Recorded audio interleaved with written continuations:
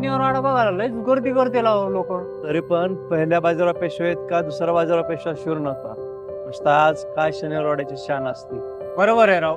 दुसरा बाजूला आहे ना आयुष्य आरामी विलासी जीवन जगणार होता यार. त्या बाबतीत मुघल सम्राट मानले पाहिजेत.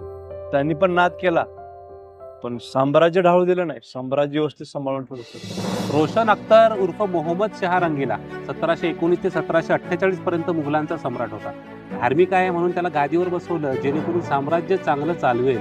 परंतु कोकीजीव या नर्तकीच्या आणि हाफिज खान या तृतीयपंथीयाच्या नादाला लागून त्याच्या काळात मुघल साम्राज्याला उतरती कळा लागली आणि शहाजहानचं मयूर सिंहासन आणि कोहिनूर हिरा देखील नादिर शहाने लुटून नेला तो त्याच्या काळातच. त्यामुळे मुघल सम्राटांनी फार मोठे मोठे दिवे लावलेत असं नक्कीच नाही.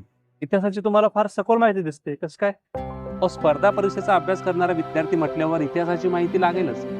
तसा इतिहास हा जाणून घेण्यासाठी खूप खोल विषय, आयुष्य कमी पडेल. परंतु स्पर्धा परीक्षेच्या दृष्टीने जर इतिहासाचा अभ्यास करायचा असेल तर रंजन कोळंबे सरांचं आधुनिक भारताचा इतिहास हे पुस्तक तुमच्या नक्कीच कामाचं आहे.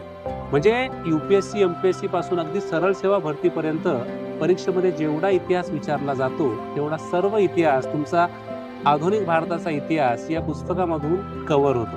आणि आता तर 525 पानांची सुधारित 3री आवृत्ती देखील आलेली आहे. आणि रंजन कोळंबे सर म्हटलं की विद्यार्थ्यांचा विश्वास आला तो वेगळाच.